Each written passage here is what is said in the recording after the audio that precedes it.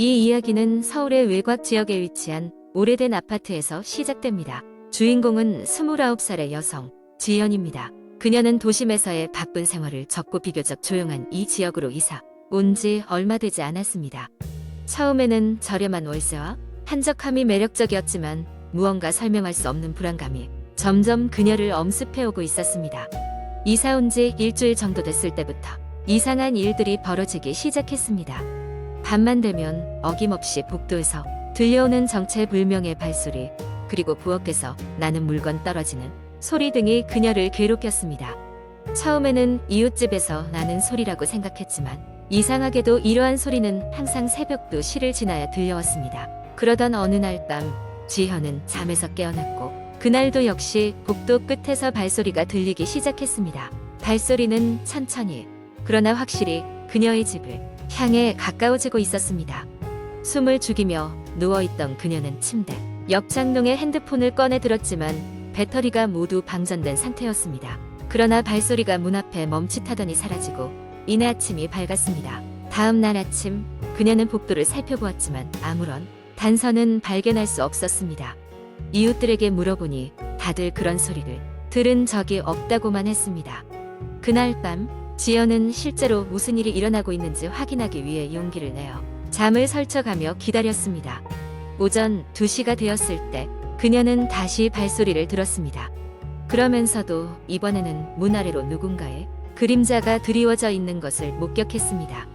기묘하게도 그림자는 서서히 사라졌고 이후에는 아무 소리도 들리지 않았습니다. 계속되는 발소리에 지연은 점점 더 두려워져 갔고 결국 한때 경찰에 신고까지 고려하게 되었습니다. 그러나 명확한 증거도 없이 경찰을 부르는 것이 꺼려졌습니다. 그래서 그녀는 오래된 이야기에 등장하는 운명 같은 것이라고 생각하고 무속인을 찾아가 조언을 구하기로 했습니다. 무속인은 그녀의 이야기를 듣고는 그곳에 무언가가 있다며 정화의식을 추천했습니다. 며칠 후 무속인이 아파트로 찾아왔습니다. 그녀는 여러 의식을 진행하며 지연에게 이제 괜찮을 것이라고 말했습니다. 그날 이후로 한동안 괴소리는 사라졌고 지연은 평화로운 밤을 되찾을 수 있었습니다. 하지만 완전한 평화는 오래가지 않았습니다. 약 한 달 뒤 지연은 아파트에 붙은 지신 및 맞은편에 벽에 뭔가 새겨져 있는 것을 발견하고 놀라움을 금치 못했습니다. 그곳에는 다시 올 것이다 라는 글자가 누군가에 의해 긁힌 듯 새겨져 있었습니다. 지연은 여전히 그 아파트에 살고 있지만 복도에 새겨진 문구를 보며 매일 밤이 두렵습니다. 결국 아파트를 떠나지 못하고 있는 그녀는 늘 정체 모를 존재가 다시 그녀의 문 앞에 나타날지 모른다는 생각에 사로잡혀 지내고 있습니다. 그녀의 이야기는 마치 전설처럼 인터넷 커뮤니티를 통해 퍼져나갔고 많은 사람들은 저마다의 경험을 담아 댓글을 남겼습니다. 혹자는 단지 심리적인 불안감이라고 말했고 또 다른 이들은 실제로 귀신이 존재한다고 주장하기도 했습니다. 그러나 단 한 가지 분명한 것은 그 누구도 지연이 경험한 공포를 온전히 이해할 수 없다는 것이었습니다. 두 번째 이야기. 대학교를 갓 졸업한 준호는 한적한 시골 마을에 위치한 작은 회사에 취직하게 되었다. 회사는 직원들에게 기숙사를 제공해 주었고 준호도 자연히 그곳에서 숙박하게 되었다. 기숙사는 오래된 2층 건물로 회사에서 걸어서 10분 거리에 있었다. 준호는 5명의 다른 직원들과 이 건물을 공유했으며 그는 2층 끝방에 배정받았다. 기숙사에 처음 도착한 날 준호는 방에 들어서자마자 문짝이 조금 삐걱거린다는 것을 알았다. 바람이 세게 불 때면 문이 약간 열렸다 닫혔다 하기도 했다. 하지만 준호는 대수롭지 않게 생각하고 방을 정리하기 시작했다. 그날 밤 피곤함에 지쳐 잠든 준호는 이상한 꿈을 꿨다. 꿈속에서 그는 낡은 기숙사 복도를 걷고 있었고 복도는 끝이 보이지 않을 정도로 길고 어두웠다. 복도 끝에서 무언가가 그를 부르는 듯한 소리가 들렸고 준호는 그곳을 향해 다가갔다. 느린 걸음으로 걸어나가자 복도 저쪽 끝에는 희미하게 누군가의 실루엣이 보였다. 가까이 다가가니 그 모습은 사라지고 준호는 그만 깨어났다. 그런 꿈을 꾼 이후로 준호는 매일 밤 비슷한 꿈을 꾸었다. 꿈속에서의 복도는 점점 더 길어지고 언제나 마지막에는 그 실루엣이 나타나 사라지곤 했다. 그러나 현실로 돌아오면 항상 아침이었고 심한 피로감만이 몸에 남았다. 며칠 후 준호는 같은 기숙사에 살고 있는 다른 동료들과 저녁을 먹으면서 자신의 꿈 이야기를 하게 되었다. 놀랍게도 다른 직원들도 준호와 비슷한 꿈을 꾼 적이 있다고 했다. 특히 1층에 있는 미선은 그 실루엣을 본 후부터 몸이 아파왔다. 곧 토로했다. 일주일이 지났을 때 준호는 더 이상 이를 무시할 수 없었다. 매일 반복되는 꿈과 복도를 가득 채운 불안한 기운에 대한 이야기는 온 기숙사에 퍼져나갔고 모두가 어떤 이상함을 감지하고 있었다. 이에 준호와 동료들은 이 기숙사의 역사를 조사하기로 했다. 조사를 시작한 그들은 곧 기숙사의 과거에 대해 끔찍한 이야기를 듣게 되었다. 이곳은 과거의 작은 병원이었고 전염병이 발생하면서 많은 환자들이 이곳에서 생을 마감했다는 것이다. 방치된 지하실에는 아무도 돌보지 않는 무연고자들의 유품이 가득하며 몇몇은 알 수 없는 이유로 병원에서 사라졌다고 한다. 당시 환자 중 한 명은 살해를 당했다는 미스테리까지 전해졌는데 그 영혼이 아직 이곳을 떠돌며 사람들에게 다가가고 있다는 소문이 돌고 있었다. 동료들과 이야기를 나눈 그날 밤 준호는 더욱 현실감 있는 꿈을 꾸었다. 꿈속에서 그는 지하실로 향했으며 차가운 기운과 함께 그의 발걸음을 방해하는 이상한 힘을 느낄 수 있었다. 준호는 지하실 가장 깊숙한 곳으로 걸어 들어가게 되었고 그곳에서 그 실루엣과 마주하게 되었다. 불현듯 뒤에서 이상한 소리가 들려 돌아보자 검은 그림자에 둘러싸여 꿈에서 깨어났다. 이후 준호는 자신에게 다가온 것이 단순한 꿈이 아니었음을 직감했다.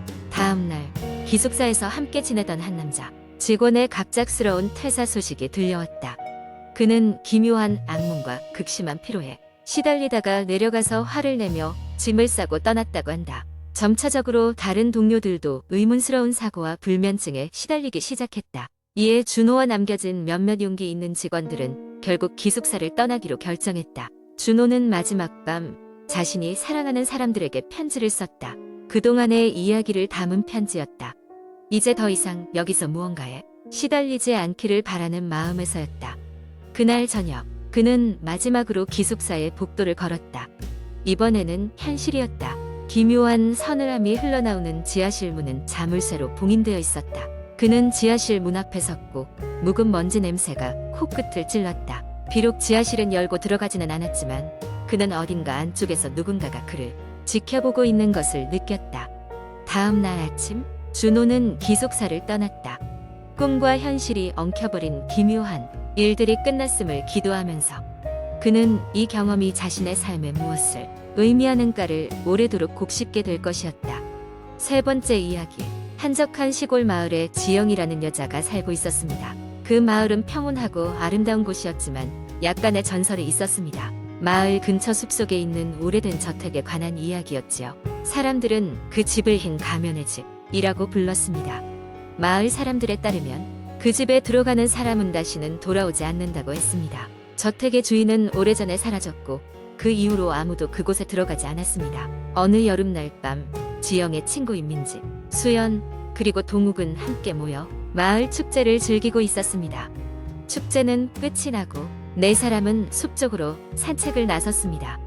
그들은 곧 금지된 저택 근처까지 가게 되었고 동욱이 말했습니다. 들어가 보지 않을래? 이런 기회는 흔치 않잖아. 민지와 수연은 망설였지만 호기심에 결국 동의했습니다. 지영은 처음에는 반대했지만 친구들을 그냥 둘 수는 없었습니다. 그리하여 그들은 함께 저택으로 향했습니다. 저택은 오래 방치된 듯 휘청거리고 있었습니다. 문이 삐걱거리는 소리를 내며 열렸고 그들은 손전등 불빛에 의존하여 안을 살폈습니다. 집안은 먼지로 가득 차 있었고 거미줄이 여기저기 늘어져 있었습니다. 그들은 각자 다른 방을 탐색하기 시작했습니다. 지영은 2층에 있는 작은 방에 들어갔습니다. 방에는 낡은 거울 하나와 오래된 의자, 그리고 흰 가면이 놓여 있었습니다. 그 가면은 마치 자신을 바라보는 듯한 느낌이 들었습니다. 지영이 손전등 불빛을 가면에 비추자 거울 속 무언가가 빠르게 움직이는 것이 보였습니다. 놀란 지영은 뒤로 물러섰지만 거울을 다시 살폈을 때는 아무것도 보이지 않았습니다. 동욱은 집안에서 오래된 일기장을 발견했습니다. 수십 년 전 것으로 보이는 일기에는 이 저택에 살던 가족에 대한 이야기가 적혀 있었습니다. 일기 속에는 그 가족에 대한 불행한 사건들이 기록되어 있었고 마지막 페이지에는 그 가족이 저택에서 사라지기 전날 저녁에 있었던 일에 대한 불명확한 글귀가 적혀 있었습니다. 갑작스럽게 1층에서 민지의 비명이 들려왔습니다. 나머지 친구들은 급히 내려가 보았고 민지는 거실 한가운데 서 있었습니다. 그녀의 눈은 무언가를 두려워한 듯 크게 떠져 있었고 손가락으로는 벽 한쪽을 가리키고 있었습니다.